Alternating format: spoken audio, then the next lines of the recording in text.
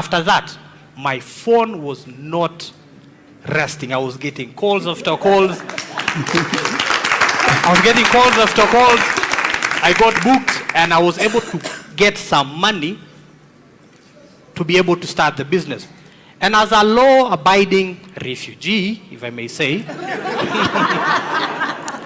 for you to start a business, what do you need? You need license, you need work permit, you need the KRA pin, right? So I took out my refugee ID, went to a cyber to go and apply for this KRA pin. But to my surprise, I was very innocent. I thought that it was about my time. I was told that this ID could not access the KRA pin. So I told myself, what do I do next? So I called my Kenyan friend, told him, I have the money here.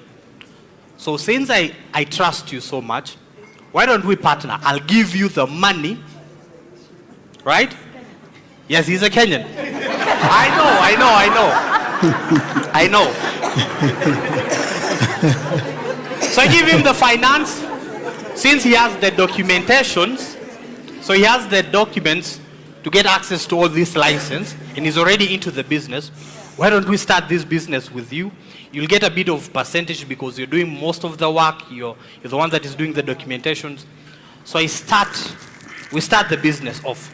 But behind the scene, I'm asking myself, until when will I rely on someone to do this business for me?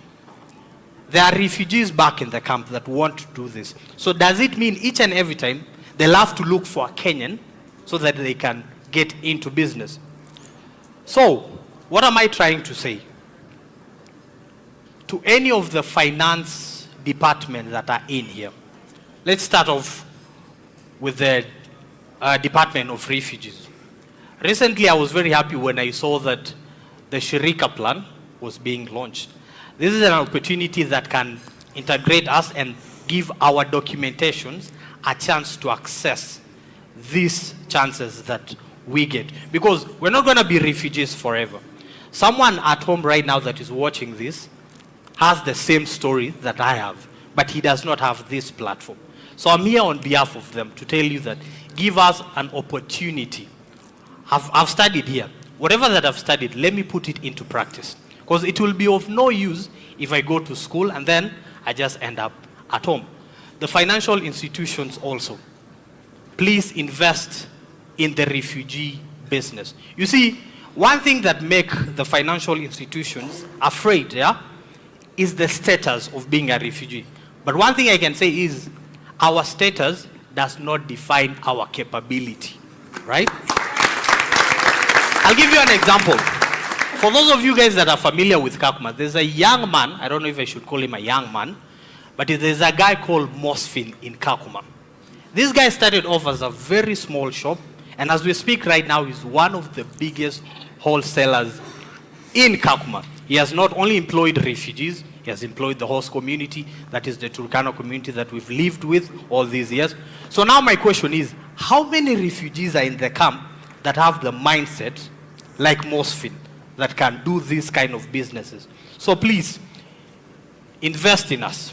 Equity Bank, back in the days, I don't know if they're still doing this, but you are helping the primary people to get to high school, get into university. So extend your hand into their businesses that they're doing right now. For some of the people that you guys have educated are just at home. So what is the use of investing in the education and not extending it much bigger? So please, invest in refugees' businesses, and please make access to our documentations to be much easier. Last but not the least, my wife is a Kenyan. So what does that mean? So that means, one, I'm an in-law to most of you guys in here, right? Two, I'm going to be staying here for long, right? Because we have a son with him. Because now I ask myself, whenever I go back home, in case I go back home, my son will be asking, where's dad, right? So make it easier for my stay to be much easier here by giving me access to these documentations and investing in what I have so that I can feed your daughter, and my son. Thank you.